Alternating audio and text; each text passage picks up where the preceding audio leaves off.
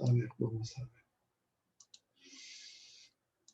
A ver, queridos hermanos, vamos a empezar con como siempre, con una oración.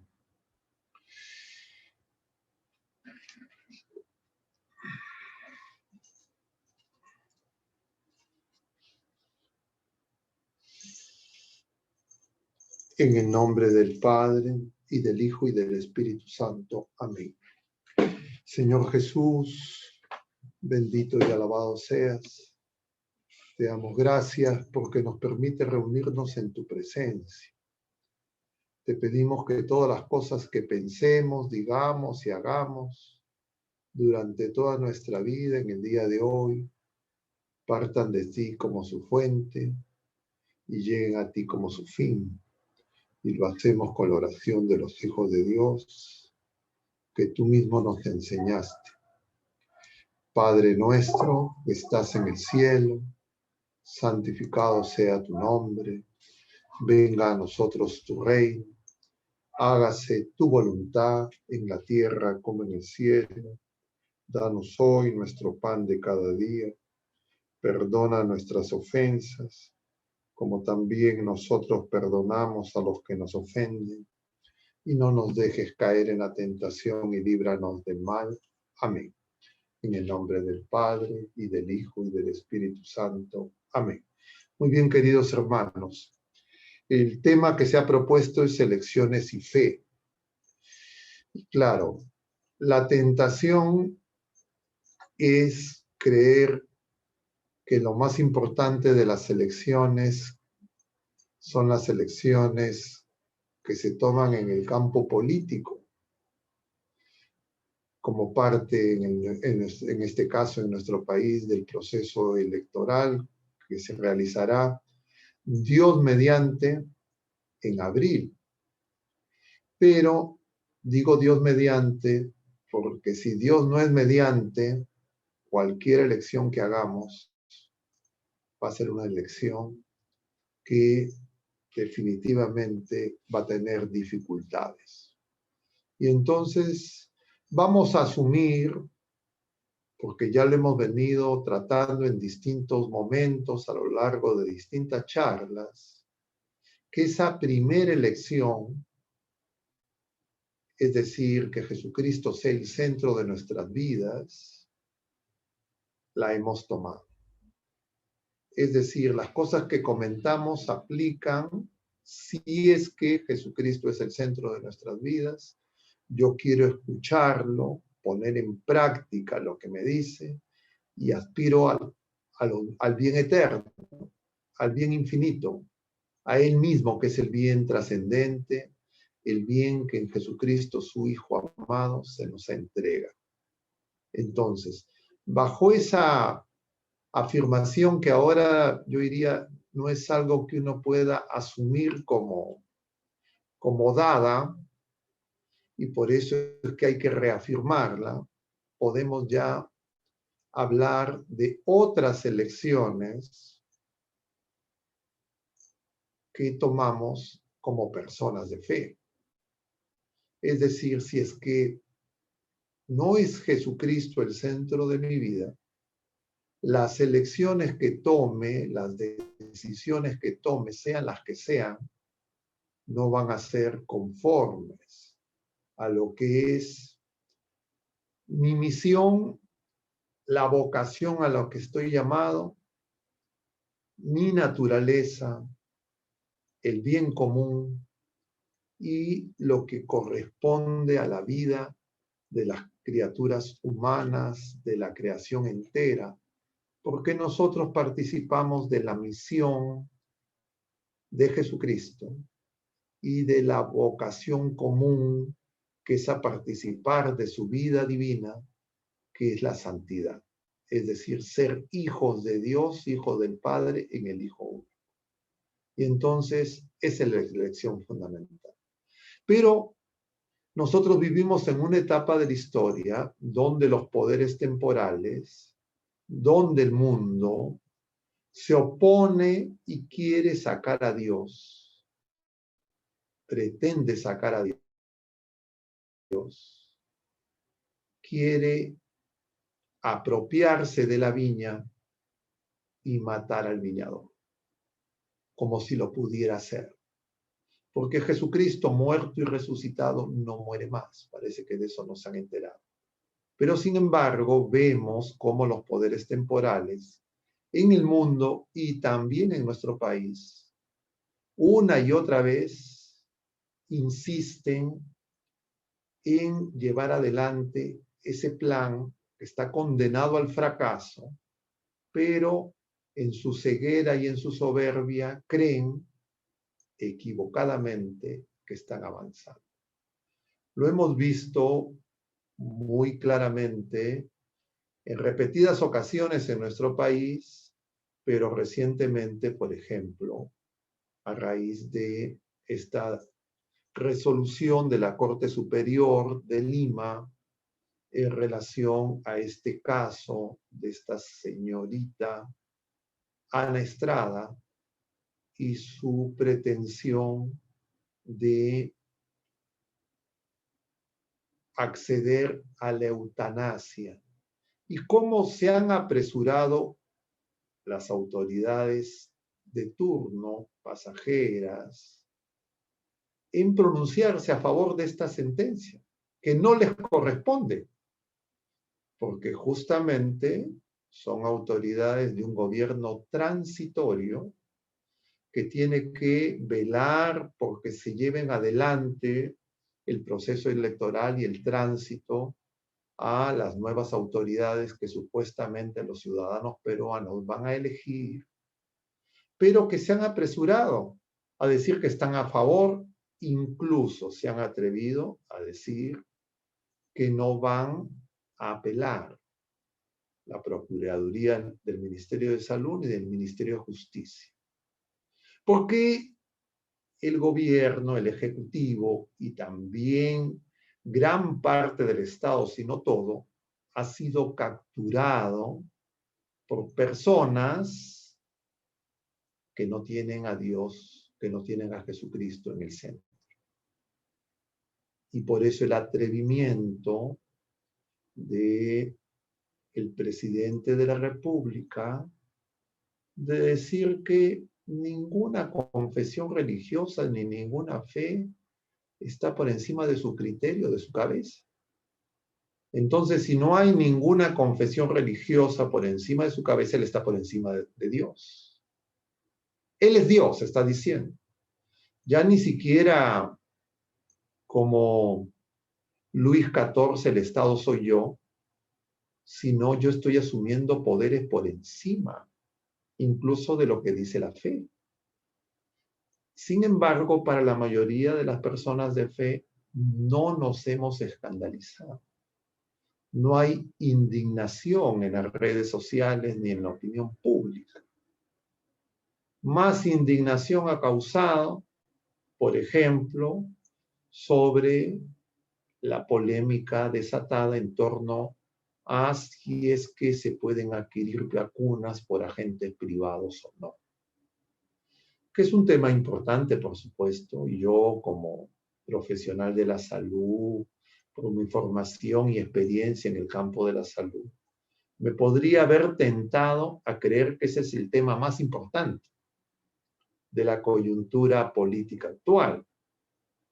Y por supuesto es un tema importante, podríamos hacer algunos comentarios al respecto, pero es muchísimo más importante el que un gobernante, funcionarios públicos como el ministro de Salud, adelanten opinión, influyan en los jueces y vayan en contra de la Constitución. Porque la Constitución política del Perú señala claramente en el artículo 2 que la persona humana, bueno, en el artículo 1, la persona humana es el fin supremo de la sociedad y del Estado.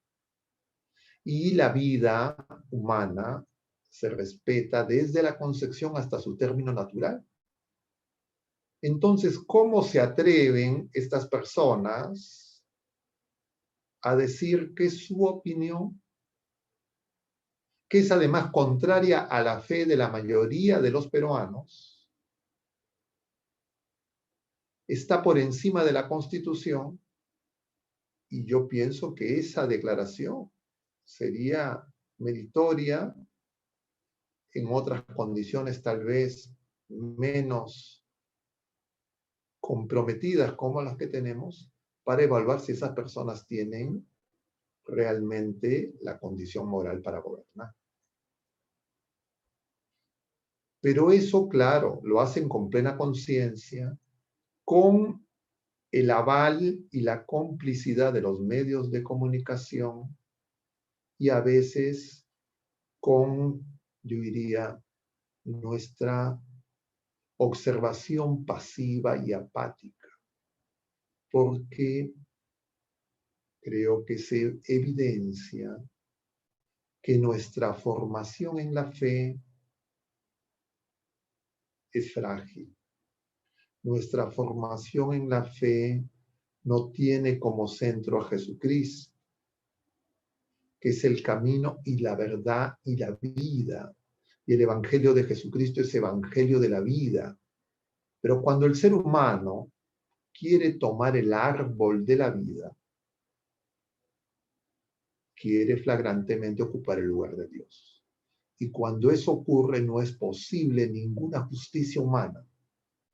Porque la justicia humana está supeditada a la justicia divina. Es decir, hacer justicia con Dios. Y ser justos con Dios es dejar que Dios sea Dios, darle lo que le corresponde a Dios, que es ser Dios. Y nosotros en nuestro país y en la mayor parte de nuestro continente hemos recibido el don de la revelación divina y el don de la fe. Pero por las reacciones ciudadanas parecería que no nos preocupa. Inclusive las declaraciones públicas al respecto de distintos, diríamos, actores sociales, no es lo suficientemente contundente y confunde lo que es la relación empática, acogedora, con toda criatura humana, en especial con las que están en situaciones particularmente difíciles, pero esa compasión, esa empatía no puede estar reñida con la verdad, ni tampoco, por supuesto, con el ordenamiento jurídico en nuestro país. Y eso conviene tenerlo muy claro y muy presente.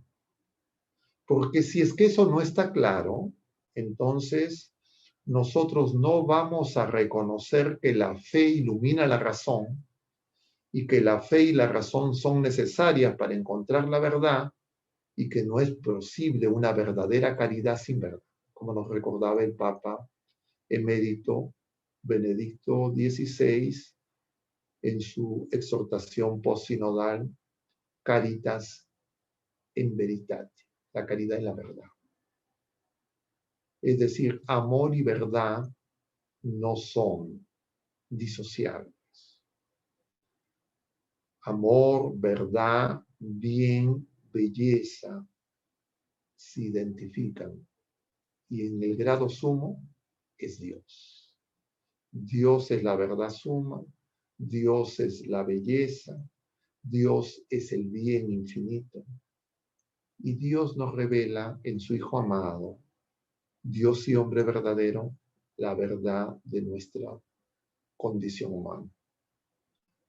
Y esa verdad implica que estamos heridos por el pecado, que tenemos una naturaleza herida por el pecado, que somos redimidos y que estamos llamados a la perfección, a ser santos y perfectos como Dios Padre es santo y perfecto. Y por eso creo que es muy importante tomar unos minutos y no pasar aceleradamente creyendo que esa primera elección ya está tomada que es diríamos, una distracción recordar las implicancias de nuestra vida de fe para una vida coherente. Nosotros estamos viviendo este tiempo de Cuaresma. Es un tiempo de gracia. Va a coincidir prácticamente con este periodo preelectoral.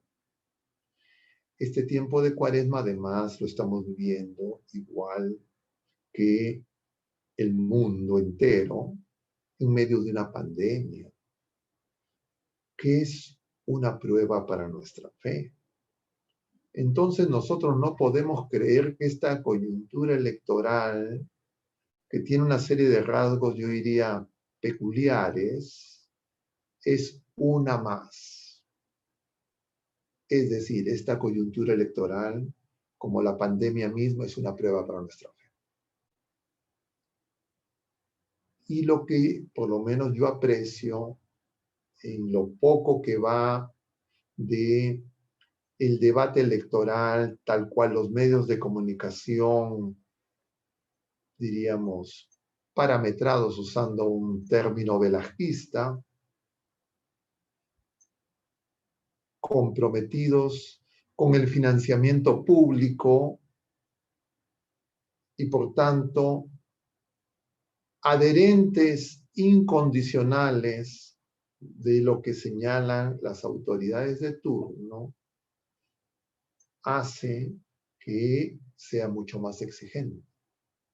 Porque la manipulación de este proceso electoral no apunta solamente a favorecer o a desfavorecer a algunos candidatos, sino apunta a sacar a Dios definitivamente de la vida pública en el Perú. Eso, por supuesto, no está empezando con estas elecciones. De manera arrogante, los últimos gobiernos, en especial los del último quinquenio, han hecho y han tomado medidas desesperadas para que eso se concrete, y los medios de comunicación, más propiamente los medios de desinformación y manipulación, han hecho el trabajo porque de ser eco de esas propuestas, porque diríamos, son propuestas que en realidad no emergen nacionalmente, sino son parte de esta globalización, de este nuevo orden mundial, ateo, agnóstico, sin Dios, que los poderosos de este mundo están tratando de imponer. Y así como ha ocurrido en procesos análogos en otros países, vemos el mismo comportamiento en los mismos agentes. Por eso, sin querer distraerme con esos aspectos, solamente señalaríamos para englobarlos en un término genérico conocido. Este proceso electoral es de dudosa transparencia, de dudosa imparcialidad y de dudoso respeto a los principios democráticos que este sistema político supone como los que lo rigen, entre otros, la separación de poderes, el Estado de Derecho, y me refiero simplemente como un dato, no el único, a esto recientemente señalado en relación al tema de la eutanasia y el caso de esta persona que todos ustedes, creo, conocen por las noticias de los medios de comunicación. Entonces, ese es el contexto en el que estamos. Y por eso yo quisiera llamar la atención en que no se trata solamente de elegir entre uno u otro candidato,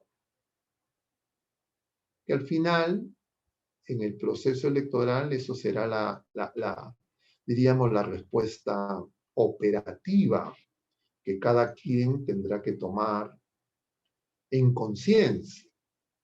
Pero hay cosas que están en juego que van más allá simplemente de la coyuntura y tienen que ver con este proceso mayor que tiene este alcance global que ya hemos señalado y comentado en otras ocasiones. Y simplemente para recordarlo, mencionaría que tiene que ver con la edificación de esas dos bestias. La bestia del mar, que es el poder temporal, político, económico, tecnológico del que nos habla el Apocalipsis, y la bestia de la tierra, que es justamente desnaturalizar la fe para preparar el reinado del anticristo. Y creo que como nunca en otra etapa de la historia, esos signos de los tiempos están muy claramente presentes. Claro, no tenemos la certeza absoluta porque no sabemos el día ni la hora, pero lo que se está eligiendo, por eso me atrevería a señalar, es más allá simplemente de una contienda entre partidos políticos con ideologías distintas, con formas distintas de resolver problemas temporales, porque el bien común no atañe únicamente a los bienes temporales, sino el bien común en primer lugar se refiere a los bienes trascendentes. Y el bien trascendente es Dios. El bien infinito, la vida nueva, la vida de hijos de Dios que en Jesucristo se nos ha dado.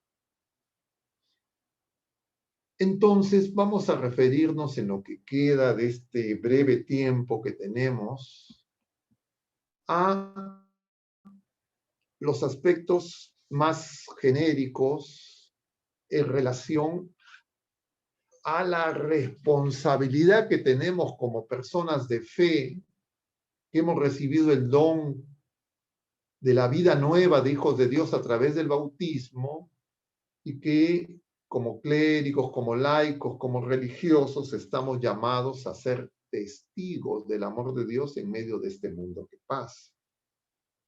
Y entonces vamos a recordar brevemente cuáles son los principios que sustentan la vida de las personas de fe, diríamos la vida en Cristo. Y el Papa Benedicto XVI nos refiere con esa sabiduría propia de él en la exhortación postsinodal que hemos hecho referencia, Sacramentum Caritatis, que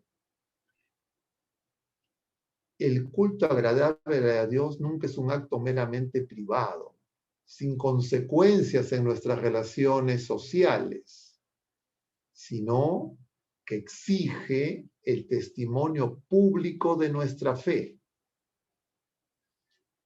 Y es en esa comprensión de lo que es nuestra responsabilidad como bautizados, como testimonio y llamados a participar de la misión de Jesucristo que enviado por el Padre, Él envía a su iglesia a ir al mundo entero a anunciar la buena noticia.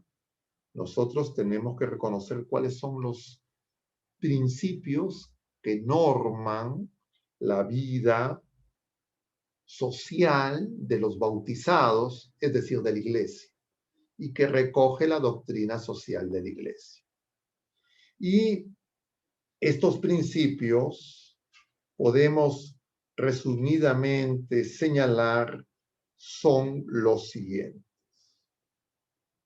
Uno primero, y es el fundamental, la primacía de la persona humana.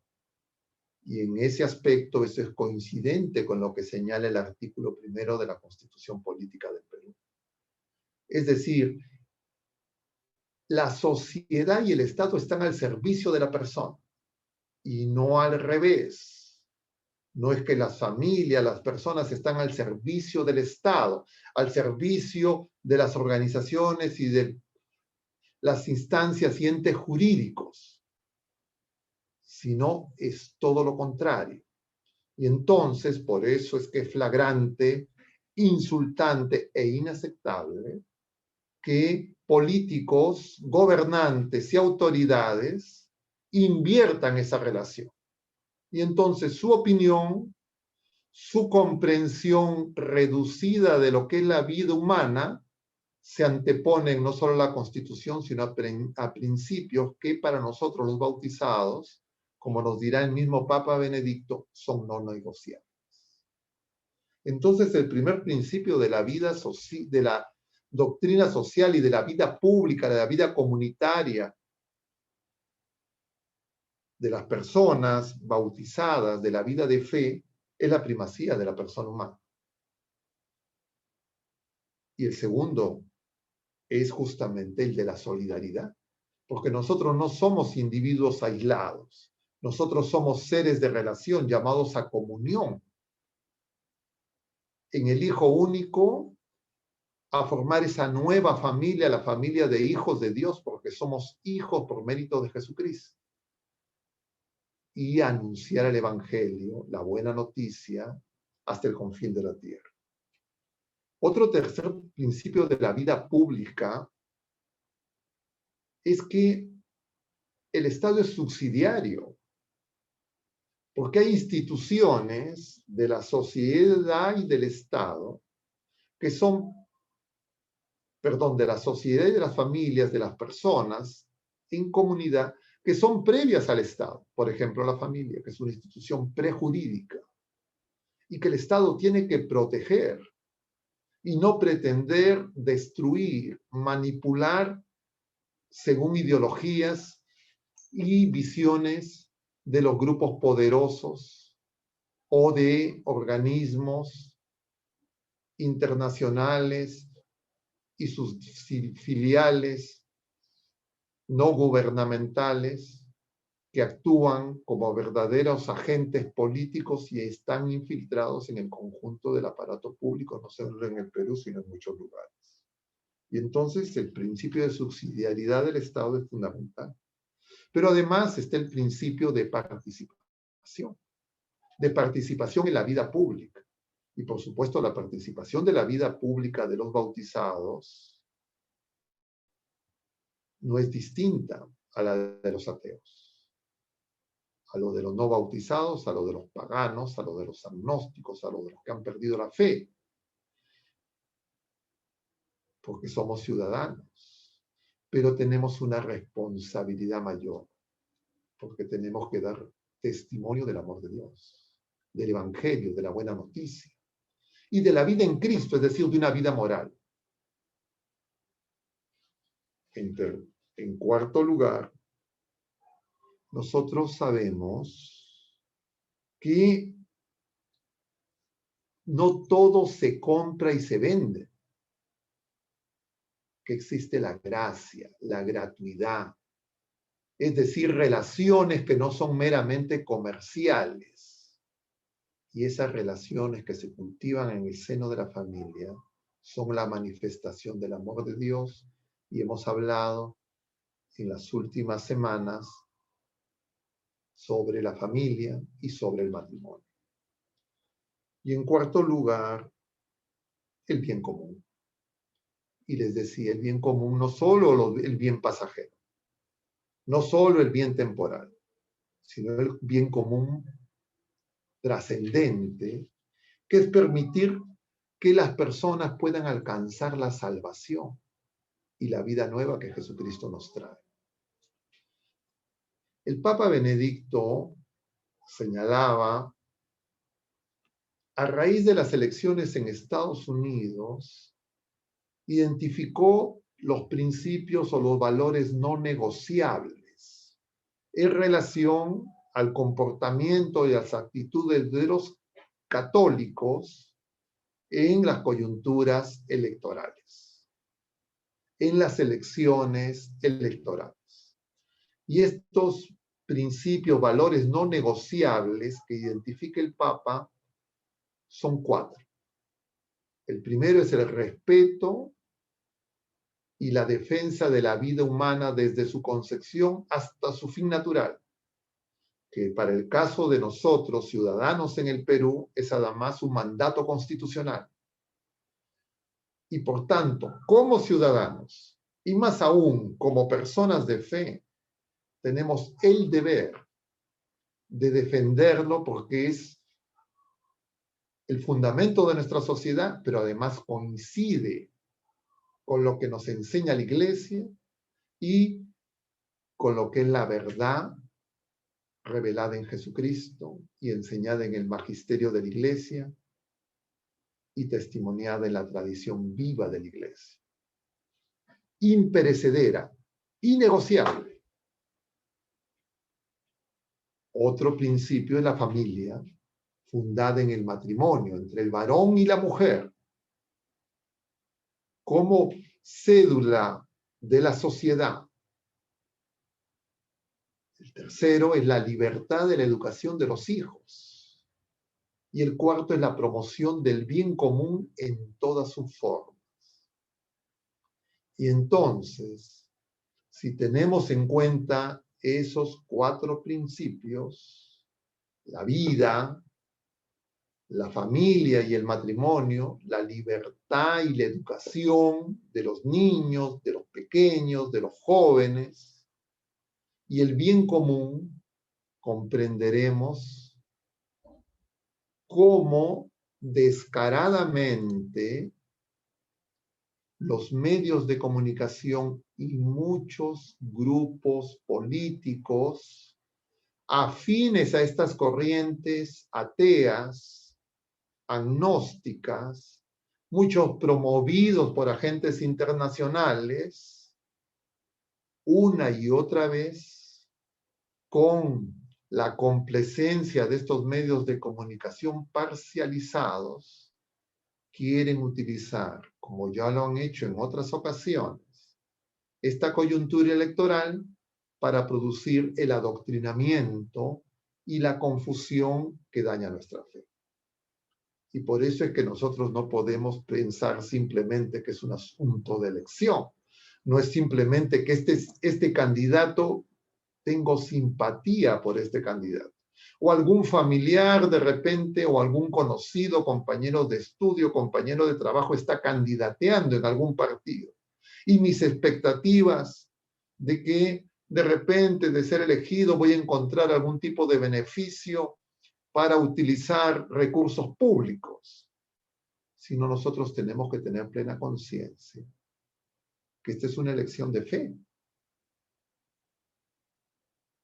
Porque bajo la falacia del Estado laico, lo que quieren los ateos, los agnósticos, agentes y promotores de este nuevo orden mundial, así llamado, que ya mencionábamos que ni es orden ni es nuevo, lo que buscan es instaurar una sociedad sin Jesucristo, sin Dios, aparentemente antropocéntrica, pero cuando se retira a Dios, retira a Jesucristo de la sociedad, el ser humano queda desprotegido, desvalido, sin ningún punto de apoyo, y la dignidad humana se pierde, y el ser humano se cosifica, el ser humano pasa a ser una mercancía más. Y no es posible que nosotros asistamos a ese conjunto de falacias, mentiras y engaños de la mayoría de esos candidatos y de los agentes llamados a sí mismos formadores de opinión, que mañana, tarde y noche, entre comillas, predican sus mentiras y sus engaños. Lo triste que se constata, y yo lo veo por lo menos en las redes sociales en las que yo interactúo, que no es que soy un asiduo, pero tengo ¿cómo se dice? Un Facebook personal y tengo contactos, amigos, algunos personales y otros que conozco a través de estas redes. Y muchos de ellos sé que son personas que creen que son de fe, pero una y otra vez observo con dolor que colocan mensajes que son absolutamente contrarios a los principios básicos no negociables. Y entonces estas personas definitivamente no están evangelizadas. Supongo que es ignorancia y no mala fe, y que es consecuencia del daño que se ha producido en nuestra fe por estas divisiones que estos agentes de la cultura de la muerte, que estos agentes de esa globalización deshumanizante, sin Jesucristo, sin Dios, a lo largo de las últimas décadas, vienen impulsando a través del sistema educativo formal y del sistema educativo informal, y que nosotros tenemos el deber de identificar y de rechazar. Yo no invitaría a que estemos en un debate, insultos, diatribas de un lado y otro, pero sí tendríamos que tener una conciencia formada para darnos cuenta de dónde vienen y a dónde van todos esos planteamientos. Hace poco veíamos, por ejemplo, que algunas personas se escandalizaban porque se señalaba que la familia, el matrimonio, es un camino para la plenitud de la vida humana y que el matrimonio está abierto a la vida, porque estas personas quieren imponer la idea falsa de que la mujer no alcanza su desarrollo personal pleno si es que es madre. Porque los hijos, como ya veíamos cuando hemos tocado estos temas en relación a la ideología de género y el aborto, los hijos son un mal que esclavizan a la mujer, y el matrimonio es una institución que promueve el patriarcado y la dictadura de los varones, haciendo de la relación entre el varón y la mujer una relación de oposición, de enemistad, de violencia, por la aplicación de la ideología marxista a la relación entre varones y mujeres, sobre pretexto de enfrentar el machismo, que por supuesto existe, no ha desaparecido, pero se le opone lo que ha sido llamado por varios analistas un embrismo, que es un machismo de signo contrario, que es la aplicación marxista de la violencia como partera de la historia. Y entonces nosotros tenemos que tener plena conciencia de estas cosas. Y tenemos por eso que formarnos. Y no es simplemente un asunto de quién es el candidato que yo apoyo, sino nosotros tenemos que ver en todos los candidatos y ser vigilantes en todos sin excepción para que los criterios fundamentales no negociables sean defendidos. Porque si nos quedamos callados, estas personas van a creer que sus propuestas cuentan con apoyo. que entre comillas se ha llegado a un nivel de, entre comillas, modernización, de apertura de la mente a tal punto que ya se puede ser católico y estar a favor del aborto, estar a favor del matrimonio de personas del mismo sexo, estar a favor de la eutanasia, estar a favor de todos los planteamientos que esta cultura de la muerte y esta forma de entender a la persona humana como objeto y no como sujeto libre y responsable, le corresponde. Y entonces tenemos que reflexionar sobre el retroceso que esto significa. Porque temas que antes nadie se hubiese atrevido a señalar o incluir en sus planes de gobierno, ahora son abiertamente defendidos con la intención justamente de dañar la fe. Y por eso nosotros ahora estamos en una prueba. Porque la prueba es si somos realmente de Jesucristo. Si en Él tenemos nuestra confianza, o como decía Jeremías en la primera lectura del día de hoy, si somos benditos o si somos malditos, dice Jeremías. En el pasaje que hemos leído en la Eucaristía del día de hoy, Jeremías señala y bendito quien confía en el Señor y pone en Él su confianza. Y por otro lado, maldito quien pone su confianza en las criaturas humanas, en las criaturas, sino en el Creador. Y por eso, hermanos, no podemos pensar que yo puedo, entre comillas, por empatías, por gustos, por una simplemente reacción emocional muchas veces fabricada por estas técnicas de mercadeo político y mercadeo social y por la acción nefasta de los medios de comunicación, nosotros podemos renunciar a estos principios que el Papa Emérito con mucha propiedad llama no negociables. De otro lado, nosotros tenemos que darnos cuenta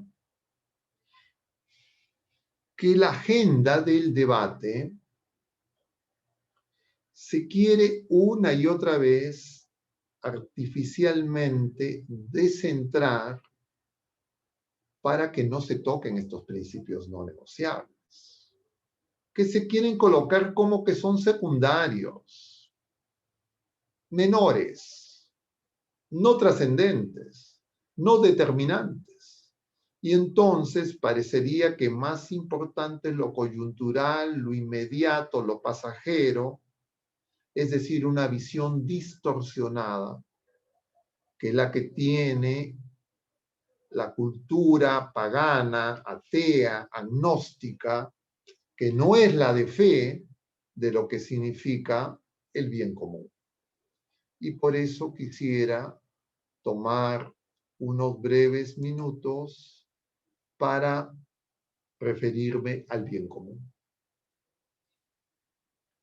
Y decíamos, en relación al principio de subsidiariedad, que es el Estado el que está al servicio de la sociedad y no al revés. Y por tanto, las autoridades, los gobernantes, tienen como tarea ordenar la sociedad política no según los intereses pasajeros, sino atendiendo a los fines de la sociedad, y los fines de la sociedad, y en el caso nuestro es constitucional, es la persona humana. la perfección de cada criatura humana. Y por tanto, ese bien común exige que el Estado no intervenga en las cosas que dañan a la persona humana. No porque unos políticos son ateos, no porque algunos políticos no tienen fe, no porque para algunos políticos lo único importante es el placer, el tener y el poder. Nosotros, las personas de fe, podemos dejar que los más pequeños, los más débiles sean devorados por esos lobos, los más fuertes.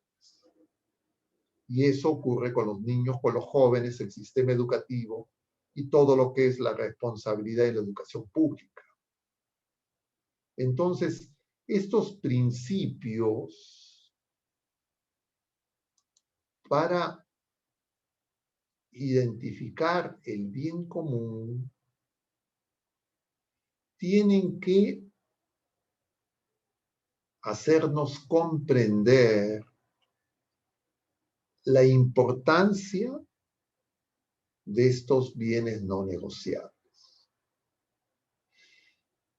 Y en especial el que veíamos el jueves antepasado, también el jueves pasado.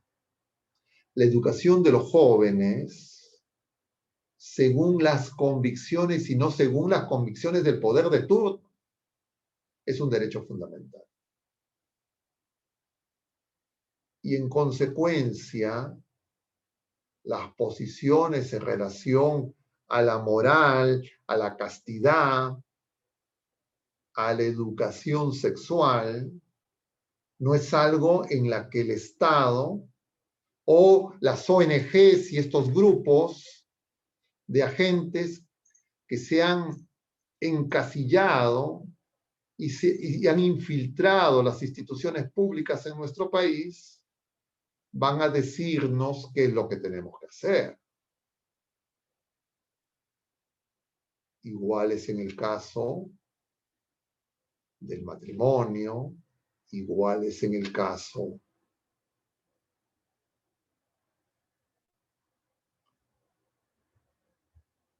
de la educación que los padres están llamados a ofrecer a sus hijos. Pero muchas veces, creyendo que lo más importante, como ya comentábamos, es el dinero y que el dinero nos va a asegurar la felicidad, la compra de bienes y servicios, va a producir felicidad, lo cual es una falacia, entonces nos lleva a la necesidad de darnos cuenta que el bien común no es simplemente el menor mal común, no es de mínimos. Y quien pretenda creer que se pueden negociar reduciendo las responsabilidades y la vocación a la que estamos llamados, que es la santidad y a la perfección, renunciando a lo que es la acción de la gracia, nos llevaría simplemente pues a una sociedad sin fe. Y por eso es necesario un compromiso de los padres de familia, de los católicos, de los creyentes, que tengan capacidad, por supuesto, de dialogar, pero no limitarse a, entre comillas, buscar acuerdos, consensos que rebajen principios innegociables, sino para enriquecer y no acomodarnos a lo que dice el mundo, porque nosotros no estamos para acomodarnos al mundo, sino para proponer metas ambiciosas, para encontrar el sentido de la vida plena y de la libertad religiosa y una vida verdaderamente humana. Porque el ser humano no es un simple animal político. Por eso, queridos hermanos, yo voy a dejar que podamos tener algún tipo de intercambio, porque probablemente tienen muchos temas que mencionar y las cosas que yo he mencionado de repente les pueden parecer demasiado genéricas. Y yo voy a dejar en este momento mi intervención para poder entrar en un diálogo y atender algunas de las preguntas o comentarios que ustedes tengan para que podamos todos enriquecer. No sé quién está moderando, les agradecería si es que hay alguna pregunta o algún comentario, a ver si es que podemos Sí, atender. padre. ¿Qué tal? Tenemos varias preguntas, algunas son repetidas, así que vamos a pedirle a los hermanos que por favor presten atención porque hemos combinado un poquito. La primera pregunta es, padre, si algunas personas ven la crisis sanitaria y la crisis económica como los problemas a resolver inmediatamente por el gobierno que va a ser elegido. Y la fe y la religión, las creencias que podrían tener el nuevo gobernante, de alguna manera podría ser un obstáculo a la atención inmediata de esa crisis. ¿Cómo podríamos hablar con hermanos católicos que ven en la salud y en la economía lo fundamental en este momento de crisis? A ver, si es que alguien cree que Jesucristo es un obstáculo, si es que alguien cree que la fe es un obstáculo, no es cristiano, no es católico. Y simplemente lo que nos está mostrando es que esa persona no conoce su fe. Entonces nosotros tenemos que darnos cuenta que esto es por eso un tiempo para dar testimonio de fe. Pero si yo digo, lo más importante para mí son mis bienes pasajeros, justo es la parábola que el Señor le dice a los fariseos y a los escribas que veíamos en el Evangelio según San Lucas, capítulo 16, el día de hoy. Es creer que la felicidad es ser como el rico Epulón. Entonces, quien me promete consumo y bienes temporales, entonces yo no soy católico.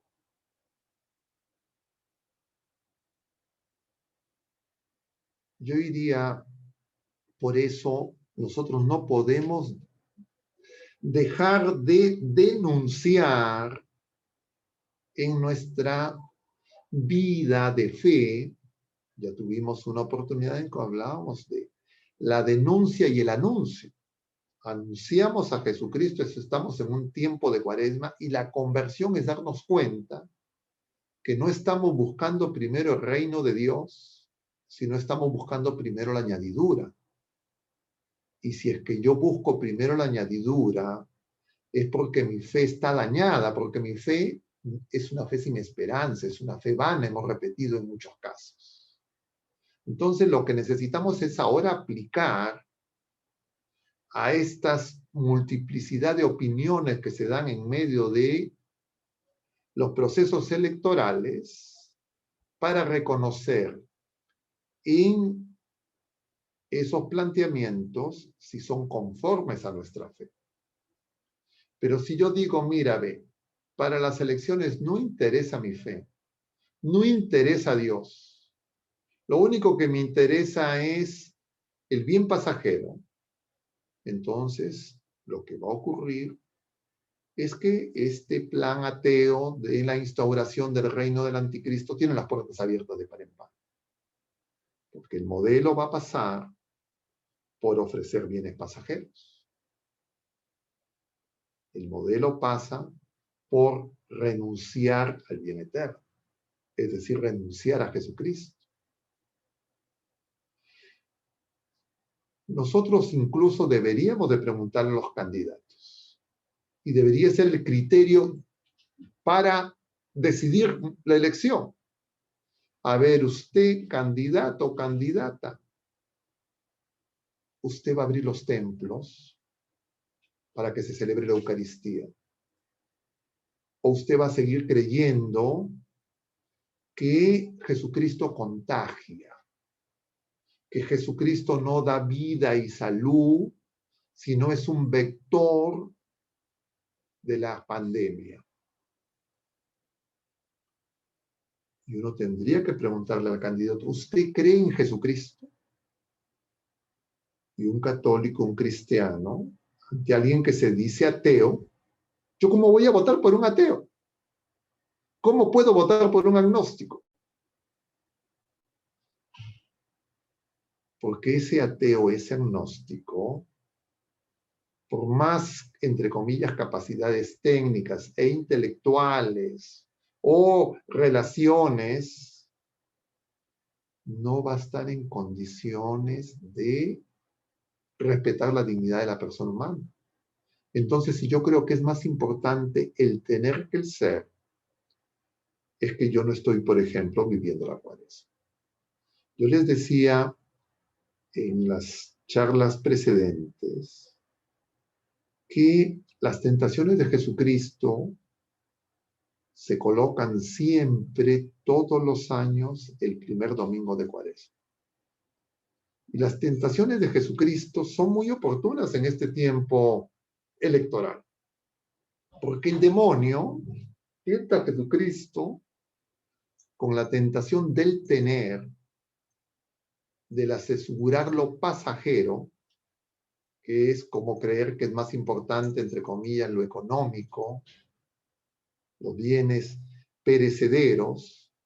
Y eso es lo que significa la tentación de convierte las piedras en pan. Jesús va a responder, no solo de pan vive el hombre, sino de toda palabra que sale de la boca de Dios. Y entonces, si yo no estoy convencido de que Jesucristo es el bien infinito, que ordena todos los bienes comunes, todos los bienes temporales, yo no soy católico, no soy cristiano. Yo necesito ser evangelizado, yo necesito decir, ir a confesarme y decir, no tengo fe. Entonces, si es que alguien los interpela con ese tipo de opiniones, nosotros necesitamos por eso laicos que estén preparados para dar razones de su fe y de su esperanza. Pero claro, si estamos hipotecados y atados a defender a una criatura humana, que es el candidato de mi preferencia, y no me doy cuenta que a través de esas elecciones, de esas criaturas humanas, en este caso candidatos compatriotas nuestros que están pretendiendo acceder al poder público, al gobierno, se están colocando temas que vienen de una agenda global que busca instaurar el reinado del anticristo. Por eso empezaba, yo no sé si es que no soy claro y no logro comunicar lo que yo observo. Entonces, yo tengo la tentación fuerte de entrar en los debates cuando veo en las redes sociales, porque algunos son personas que yo conozco. Diría, algunos son feligreses míos. De interpelarlos en las redes sociales y decirles cómo puede usted decir una barbaridad de ese tipo y no confesarse. Pero claro, no me corresponde como clérigo. Eso es justamente lo que le corresponde a los laicos. Pero si los laicos no se forman y creen que simplemente estamos en una cosa meramente humana, es que no hemos entendido esto que hemos señalado, citando a la exhortación postsinodal del Papa emérito Benedicto Caritati, la caridad en la verdad, en que no hay contradicción entre lo público y lo personal. Yo no puedo tener duplicidad de vida. No puedo ser que una persona que voy al templo me golpee el pecho y en mi vida pública soy otra persona. Esa es la coherencia que el Señor denuncia en los fariseos. Y nosotros estamos llamados a tener una vida coherente. Estamos heridos por el pecado. Y por esa herida en el pecado es que nuestra razón está dañada, nuestra voluntad está dañada. Y por eso es que fácilmente podemos ser manipulados. Pero en realidad lo que yo observo es que esas personas que así hablan responden a la propaganda política de estos agentes que no buscan el reino de Dios, sino quieren ofrecer solamente, entre comillas, estos bienes pasajeros. La tercera tentación que relata Mateo y Lucas este año, hemos leído el primer domingo a San Marcos, que no describe cuáles son las tentaciones, es que el demonio se atreve a llevar a Jesús a lo alto de un monte. Le dice, si me adoras, todos estos reinos de este mundo serán tuyos. Esa es la tentación del poder pasajero. Creer que hay un poder pasajero que puede contrariar la voluntad de Dios. Cuando nosotros, en esta prueba, que no solo es esta pandemia, sino se agrega este proceso electoral porque también es una prueba para nuestra fe. Si nosotros no respondemos según la enseñanza del Señor y buscando primero el reino de Dios, lo que va a venir es más tribulación. Más tribulación. Es decir, si es que estas elecciones no sirven para crecer en la fe, si esta pandemia no sirve para crecer en la fe, lo que va a producir es más dolor, más tribulación, más muerte, más pobreza, más miseria.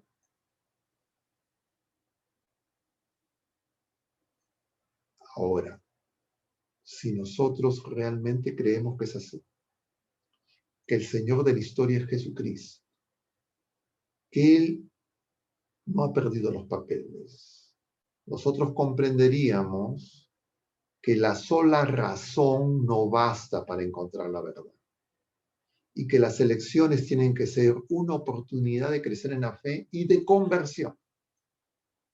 Y por eso es que necesitamos no un mero debate, diríamos, doctrinal, ideológico, intelectual, racional, que es necesario, pero es insuficiente. Nosotros necesitamos hacer oración y pedir por la conversión de los candidatos, incluido de los ateos, incluido de los actuales gobernantes y de todas sus deformaciones, porque nosotros no queremos la muerte del pecador como el Señor nos enseña. Nosotros queremos que se convierta y estamos en un tiempo de conversión. Y por eso es necesario reconocer también la segunda tentación, la tercera que enumero, pero en el orden presentado por los evangelistas es la segunda, que es la tentación del placer. Recapitulando, la tentación del tener, la tentación del placer y la tentación del poder. Y la tentación del placer es creer que más importante es lo que a mí me gusta, lo que yo siento, lo que yo creo, inclusive en mi relación con Dios. Y esas tres tentaciones, que las tenemos todos los seres humanos, esas tres tentaciones las vencemos si estamos en oración con Jesucristo en gracia.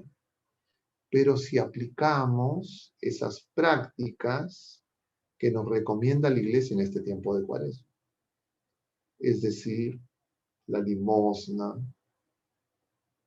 el ayuno y la oración. Entonces, nosotros nos equivocaríamos si creemos una cosa es el proceso electoral, la campaña electoral, la pandemia, y otra es la Cuaresma y mi conversión personal. Las tentaciones a las que estoy sometido y las que están sometidos mis hermanos. Y por eso es que tiene que ser una oportunidad de conversión. Yo comentaría eso en relación a esta pregunta. Podría mencionar más cosas, pero el sentido amplio de la pregunta me lleva más en esta dirección, que no sé si es la que agobia a quien la formula. Sí, padre, queda respondida. Buenas, padre, ¿qué tal? Voy con la ¿Cómo estás, Juan? siguiente pregunta. Hay varias preguntas, la gente está muy interesada.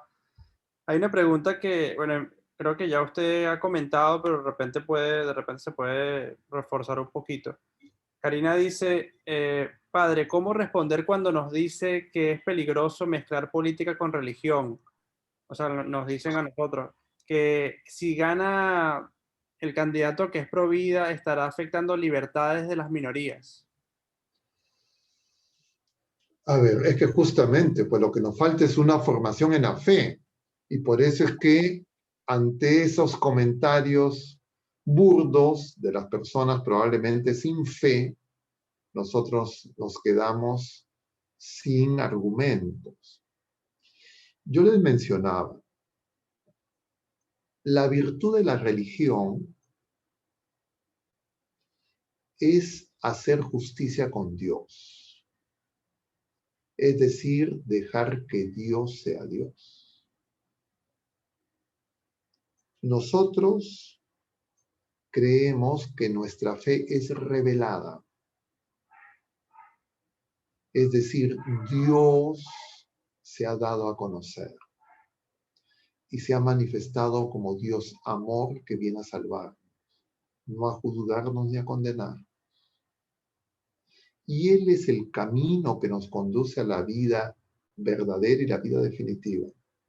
Y es la verdad y es la vida. Entonces, si yo creo eso,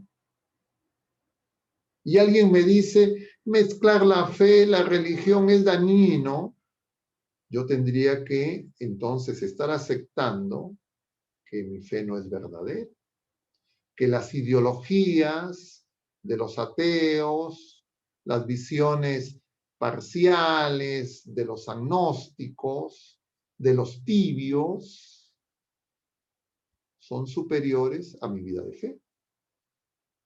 Entonces, simplemente, ¿qué hago yo con la fe que tengo? Por eso les digo, es una prueba para nuestra fe.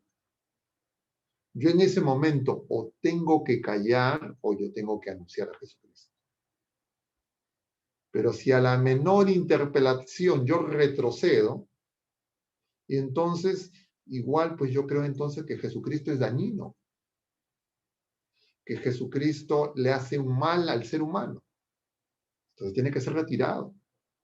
Es una ideología más. Entonces yo tengo que decir, oye, yo no tengo ese encuentro personal con Cristo, mi fe está dañada. El argumento, pero hay gente que no cree. Efectivamente hay gente que no cree. Pero lo que propone el Evangelio, la buena noticia, no puede ser superada por ninguna otra propuesta humana. ¿Qué propuesta humana, ya sea de, diríamos, las otras creencias religiosas, que no sean el cristianismo, supera al cristianismo? Si ustedes me dicen que la propuesta de los musulmanes, la propuesta de los hinduistas, cualquier otra propuesta es superior al cristianismo, entonces yo me cambio de religión. Pero no hay ninguna.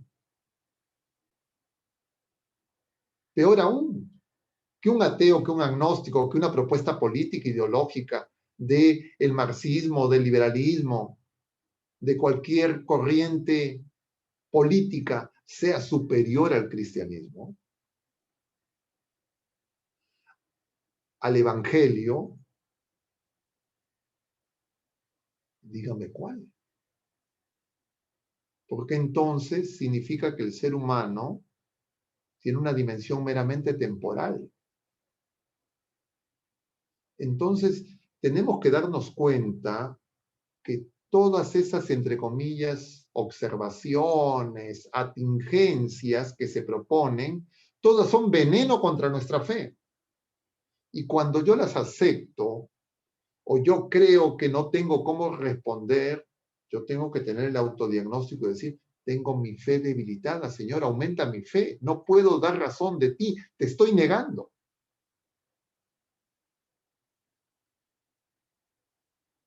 No sé si es que estoy siendo claro o si es que se necesita mayor abundamiento. Padre, muchas gracias. Creo que según mi visión está claro. Si es que alguien, la persona que formuló esa pregunta cree que no es claro, que repregunte, les Sí, agradecería, porque pregunto por creo el que es chat y lo colocamos. Padre, tenemos otra pregunta de Estefano. Nos a consulta. ver, Él dice que se responsabiliza mucho a los ateos, a los agnósticos y a los demás seculares por apoyar estas ideologías. Sin embargo, ¿no cree usted que los culpables han sido los mismos cristianos que no se han preocupado en educar y fortalecer racionalmente las creencias cristianas para que éstas tengan más influencia en la sociedad? a ver, yo diría, hay de las dos cosas, ¿ya? ¿Qué porcentaje, qué peso es mayor? Yo personalmente creo que efectivamente es nuestra tibieza, ¿ya? Nuestra tibieza, nuestro enfriamiento en la fe, nuestra falta de testimonio. Como lo evidencian las preguntas que se han hecho. Yo creo que si nosotros tuviéramos ardor, fervor y vida en el Espíritu, vida en Cristo, y no me refiero solamente a nosotros los que participamos en este Zoom, sino las criaturas humanas en los últimos siglos, no hubiésemos llegado a este nivel de confusión tan grande. Efectivamente, no solamente es obra de los agnósticos, de los ateos, el escándalo, la falta de testimonio, pero también hay que darnos cuenta que no es un asunto meramente humano, sino que también hay la presencia misteriosa y la acción sin descanso del maligno. Y es que cuando nosotros olvidamos nuestra condición de heridos por el pecado, cuando olvidamos lo que significan justamente esas tentaciones que por esa razón se nos ponen en el primer domingo de Cuaresma, cuando olvidamos lo que es nuestra naturaleza y nuestras concupiscencias de la carne, del mundo y del maligno, entonces nosotros vamos como ovejas en medio de lobos, sobreestimando nuestras propias capacidades y creyendo que es algo que vamos a resolver simplemente, entre comillas, con nuestra razón. Y vamos a creer que nuestra fe es secundaria, que no necesitamos crecer en la fe, que no necesitamos crecer en la esperanza y que no necesitamos crecer en la caridad. Y por esa razón nuestra relación con Dios se debilita. Nuestra relación con nosotros mismos no logra sanar nuestras múltiples fracturas y la relación con las otras criaturas humanas y con la creación entera se convierte en una relación que no es una relación que edifica, sino una relación que destruye, que divide. No se produce el reino del amor y de la paz, sino del odio, de la división, de la frustración, y nuestra soberbia no es reconocida como la razón principal que nos impide crecer como personas. Pero la buena noticia en medio de ese desastre es que, como el Señor nos dice, y así lo escuchamos en ese mismo domingo de las tentaciones, en este año del ciclo B, el Señor nos dice, el tiempo se ha cumplido. El reino está cerca. Conviértanse y crean en el Evangelio. Y así fuimos marcados en el miércoles de ceniza. Entonces, no es por eso, yo creo, el culpar a los ateos, a los agnósticos como los malos, sino saber que ellos probablemente porque no saben lo que hacen, porque no son conscientes que tienen una fe, porque ellos creen que atacan a las personas de fe, pero como decía el Papa Benedicto en este libro de la fe y futuro, y también lo señala Humberto Eco, o sea, los ateos creen que no creen. Es decir, tienen una creencia porque han rechazado el don de la fe. Y nosotros por eso tenemos que saber que la prueba consiste en o crecer en la fe o reemplazar nuestra fe con meras creencias humanas, ideologías, opiniones, consecuencias de este relativismo y esta etapa de la posverdad. Entonces sí, yo soy partidario de no acusar a los ateos, a los agnósticos, pero lo que es cierto es que al presente esos grupos son proselitistas. Esas creencias se quieren hacer fe y doctrina, dogmática, pensamiento único, y se quieren imponer utilizando el poder político, el poder económico, el poder mediático y todos los medios disponibles. Por acción de los ateos y de los agnósticos, no, sino de poderes ocultos, que son parte de ese estado profundo que quiere imponer el reinado del anticristo.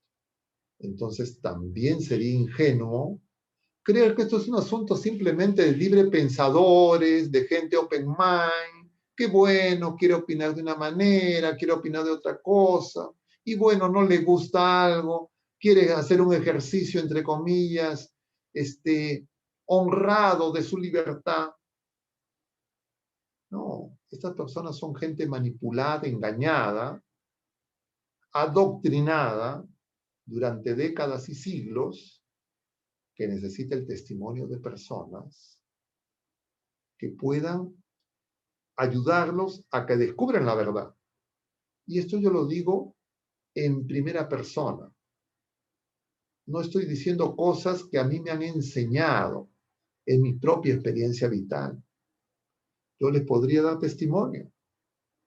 Yo era una persona que trabajaba en organismos internacionales, que durante mucho tiempo de mi vida creía que esas eran respuestas a muchos de los problemas que agobian al mundo. Pero cuando el Señor, en su misericordia, me reveló su amor, en muy poco tiempo, el Señor me hizo ver que ese no era el camino, que no era la verdad y que no lleva la vida. Y por eso es que yo estoy en ese camino de conversión. Yo no les hablo de algo que he leído en un libro. Yo no les comento cosas que alguien me ha enseñado en una clase o que he visto en un video, sino les doy mi propio testimonio vital, que con alegría descubrí que no era pues algo que me había ocurrido únicamente a mí, porque eso me hubiese llevado a pensar por mi formación biomédica que era un problema de salud mental, una sugestión, sino que descubrí que eran centenares, millones de personas a lo largo de la historia que han tenido la oportunidad de no cerrar su corazón a la gracia. Y por eso es que incluimos el tema de gratuidad. Porque seríamos pelagianos de creer que la sociedad va a cambiar por acción humana o acción de los políticos o como consecuencia de un proceso electoral. La victoria es de Cristo. Él ya venció. no es que esté en duda si ya venció Jesucristo. Lo que está ocurriendo es que nuestra fe está a prueba. Nuestra salvación está siendo probada. Y está siendo probada nuestra fe en el sentido de nuestro testimonio. Por eso es que nosotros no nos podemos callar. Como dice San Pablo, ay de mí si no evangelizo. Nuestra vida tiene que ser evangelio. Nuestra vida tiene que ser buena noticia. Y yo desafío a alguien que me diga si es que hay alguna propuesta mejor, si hay algún candidato mejor que Jesucristo, sea quien sea a lo largo de la historia. Como dice Pedro, ¿a quién vamos a ir? Solo tú tienes palabras de vida eterna. Entonces, es claro. Y además porque Él es el único que ha muerto y ha resucitado. Y está vivo y se ha quedado con nosotros en la Eucaristía.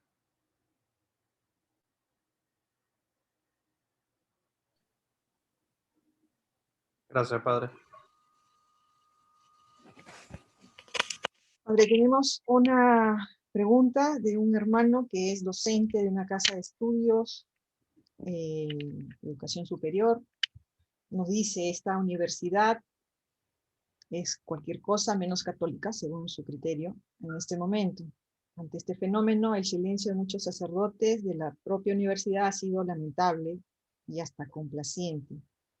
Esto no está ayudando a dar claridad a los muchachos que van ahora a votar. ¿Qué cosa es cómo tendríamos nosotros que exigir quizás a nuestros sacerdotes a que sean un poco más claros? O estas casas de estudio que son católicas, porque hay varias, ¿no? Que sean un poco más claras. A ver, esa pregunta es una pregunta que me produce profundo cuestionamiento y profundo dolor. Y más con el Evangelio de hoy día.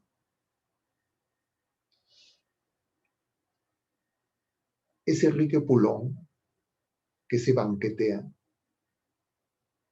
proclamado en un jueves eucarístico, en que celebramos el banquete sacrificial.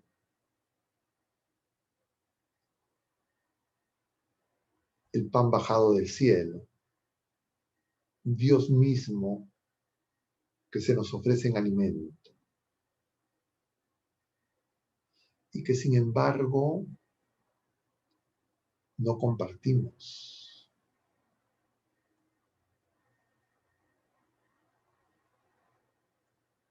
Yo diría, ese rico Epulón representa en primer lugar a los clérigos.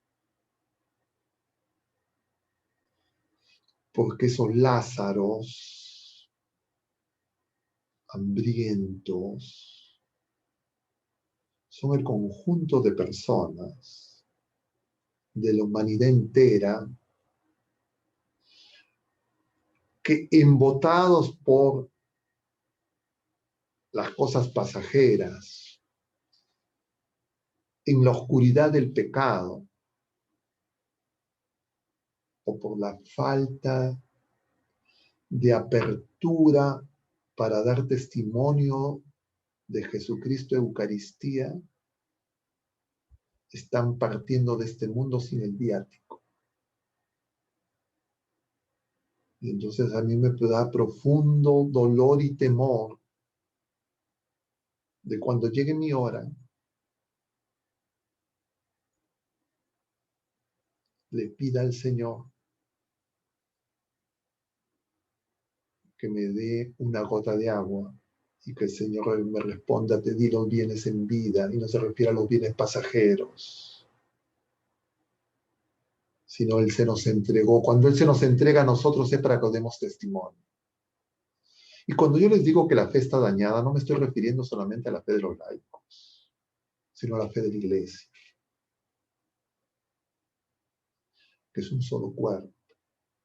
Y efectivamente, yo vi con escándalo como docentes de la Facultad de Psicología de una universidad que se llama Católica, argumentaban falazmente en favor de la eutanasia. Entonces lo que estamos viviendo es una profunda crisis de fe. Y por eso creer que simplemente se trata de si elegimos a una u otra persona es una visión insuficiente de lo que está en juego. Estamos siendo probados en la fe y es la oportunidad que tenemos para dar testimonio de Jesucristo. Por quién vota la gente después es secundario. Si hacen fraude e imponen a un agente más de la cultura de la muerte y de esta globalización atea y sin Dios, es secundario. Pero nosotros no podemos dejar de dar testimonio del Evangelio. Y tenemos la oportunidad. Entonces, no me asusta ni me desanima, y creo que no nos debería de desanimar la poca fe, la confusión y las tinieblas en las que estamos la mayoría. Sino lo que necesitamos es hacer oración, pedir la gracia de la conversión y dar testimonio del Evangelio. Porque el Señor termina la parábola del día de hoy y esas palabras se dirigen a los escribas y a los fariseos. Porque el rico le va a decir a Abraham, envía a Lázaro para que avise a mis hermanos. Y la respuesta va a ser, tienen ya la ley y los profetas, que los escuchen. Porque así un muerto resucite, no lo escucharán. Y Jesucristo es el resucitado. Él viene. No nos ha abandonado y lo que está pasando es que no lo escuchamos. Y no lo escuchamos especialmente dentro de la iglesia. Y por eso es que confundidos, desanimados, enfrentados, no anunciamos el Evangelio, no anunciamos a Jesucristo con nuestras vidas.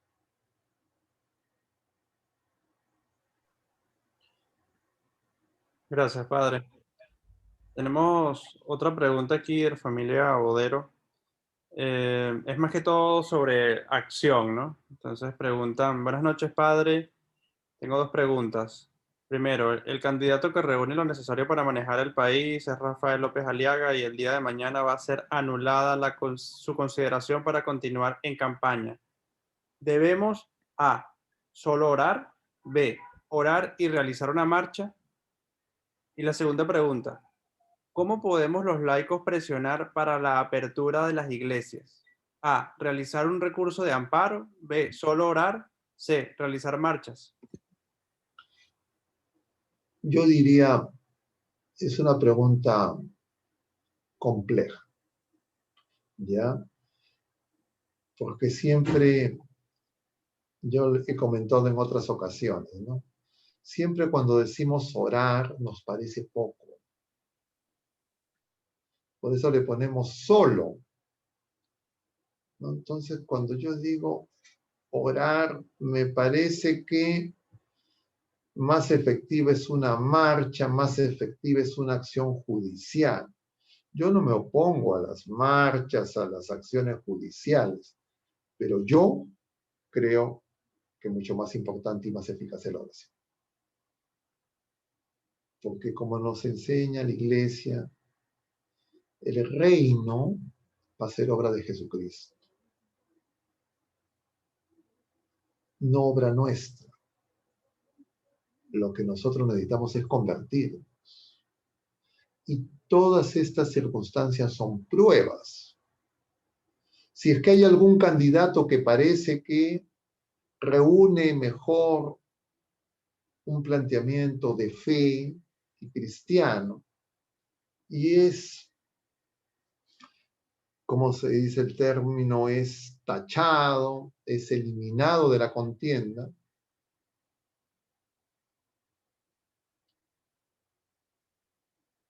si es que así ocurriera, de alguna manera Dios lo consiente. Y si Dios lo consiente, si el Señor lo consiente, es porque nosotros tenemos poca fe.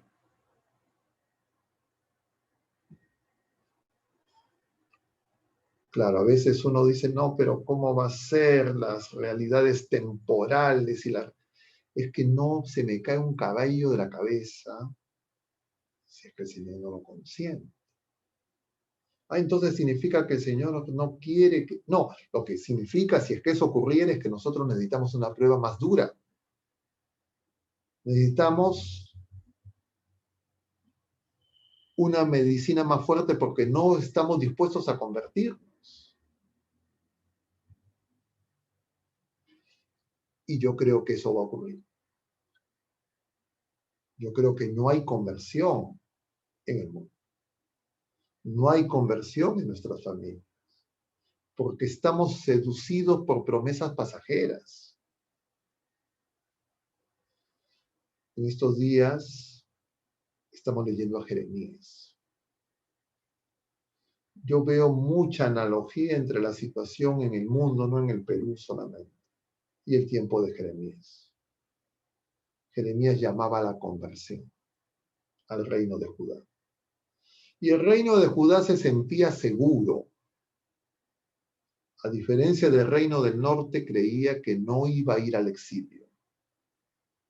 Porque los falsos profetas le decían que como ellos tenían el templo y ellos hacían sacrificios, no les iba a pasar nada. Que ellos necesitaban los arreglos humanos con las potencias pasajeras, temporales. Y Jeremías les decía, no es así. Entonces, tanto les molestaba a Jeremías que metieron a la fosa a Jeremías. Finalmente Jeremías tuvo razón. Y Jeremías es figura de Jesucristo.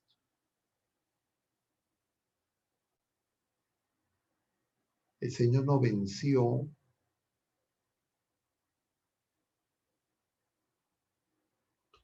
organizando guerrillas, organizando el plebiscito de Pilato. Él venció manifestando su amor y su perdón. Pero a nosotros la cruz nos escandaliza. Como veíamos el día de ayer, Jesús les habla de la cruz por segunda vez, luego de que ya los ha llevado al Tabor a esos 3 testigos que veíamos el domingo. Y 2 de ellos y su madre le piden los puestos a la derecha y a la izquierda.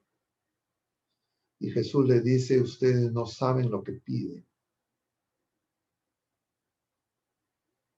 Los demás se enfurecen contra los 2, porque los demás querían lo mismo.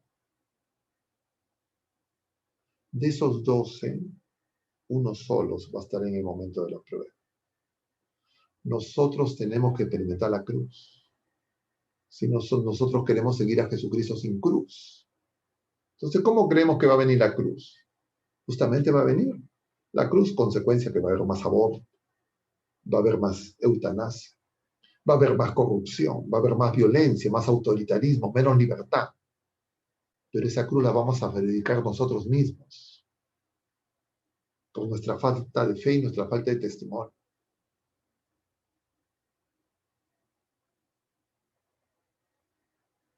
Por eso, hoy la primera lectura, igual lo que decía el Deuteronomio. Bendición o maldición, tenemos que elegir. Vida o muerte, tenemos que elegir.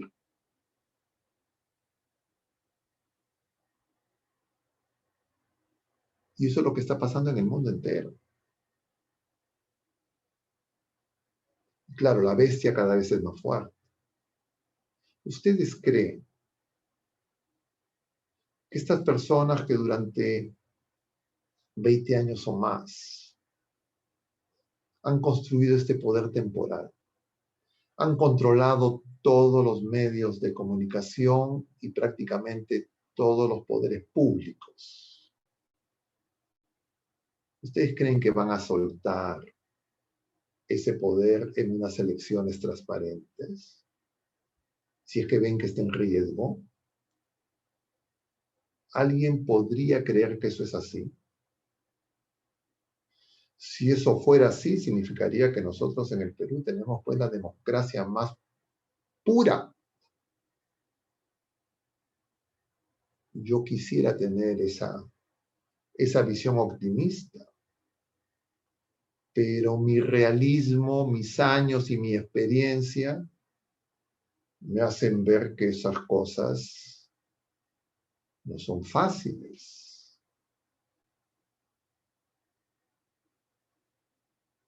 Han cerrado un congreso, han hecho elecciones, han vuelto a imponer que una minoría atea capture el poder. ¿Ustedes creen que van a permitir, si es que así fuera el caso, que algún candidato que ponga en riesgo todos esos, entre comillas, logros, se pongan en riesgo? ¿Les parece razonable tener esa expectativa? Yo quiero ser optimista y por eso es que creo que se necesita, además de un análisis político, sociológico, antropológico, un análisis teológico y un análisis que nos permita iluminar la razón con la fe. Pero esto que les digo no es pesimista desde la fe. Humanamente sería terriblemente pesimista. Pero desde la fe, lo que yo digo es sencillamente el Señor nos da una oportunidad. No nos condena, sino dice, bueno, te voy a dar una medicina más fuerte. Tienes todavía salvación.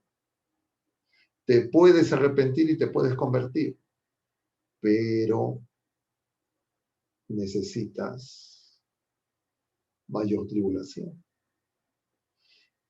Y si es que uno observa los signos de los tiempos, yo veo eso con claridad, porque los que se están convirtiendo son las familias que están sufriendo más. Los que están aparentemente con control de la situación, no veo gran conversión.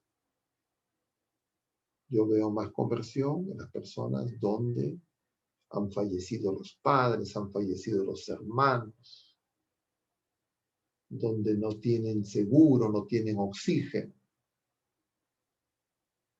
Y son los que están clamando al Señor.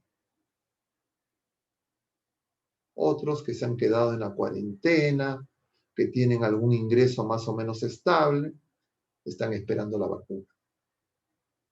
Por eso nosotros tenemos que darnos cuenta cada quien en este Cuaresma cómo está nuestra fe, nuestra esperanza y nuestra caridad.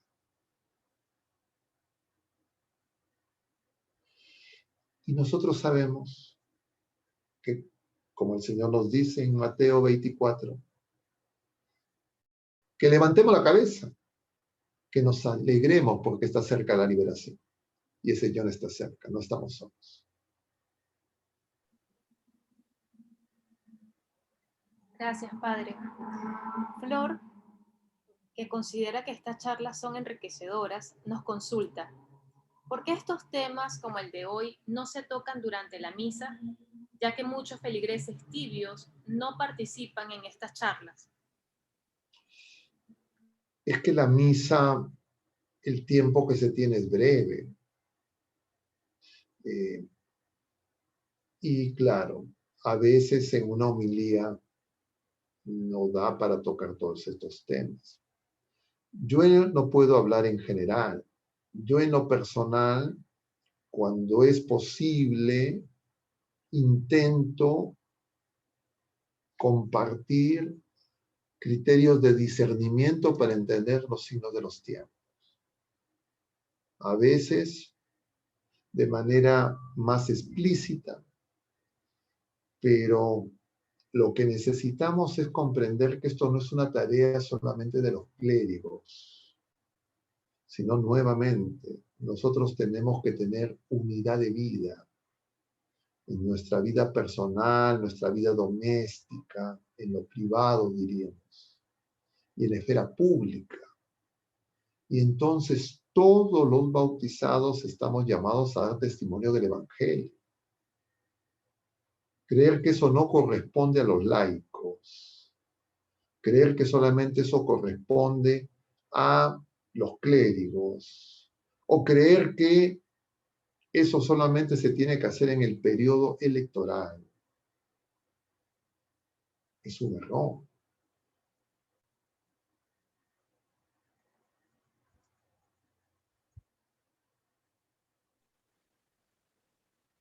No sé si tienen alguna otra pregunta, comentario. Yo no quiero extenderme la respuesta a esta pregunta porque me parece que me estoy autojustificando.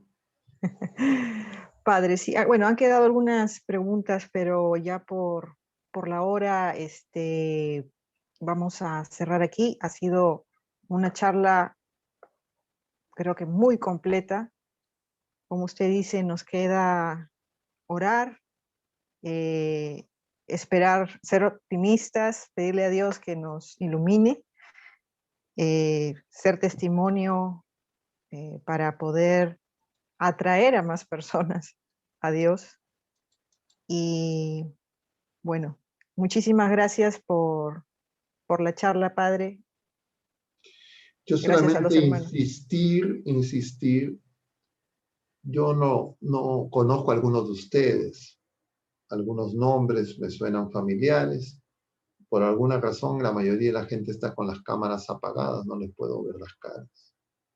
Pero yo les diría, queridos hermanos, nos equivocaríamos rotundamente si es que creemos que este proceso, entre comillas, electoral es algo ajeno a nuestra fe, que es algo que no tiene que ver con la oración, que no tiene que ver con la cuaresma, con nuestro ayuno, con nuestra limosna, que es algo que solamente se tiene que dar en el debate, entre comillas, político.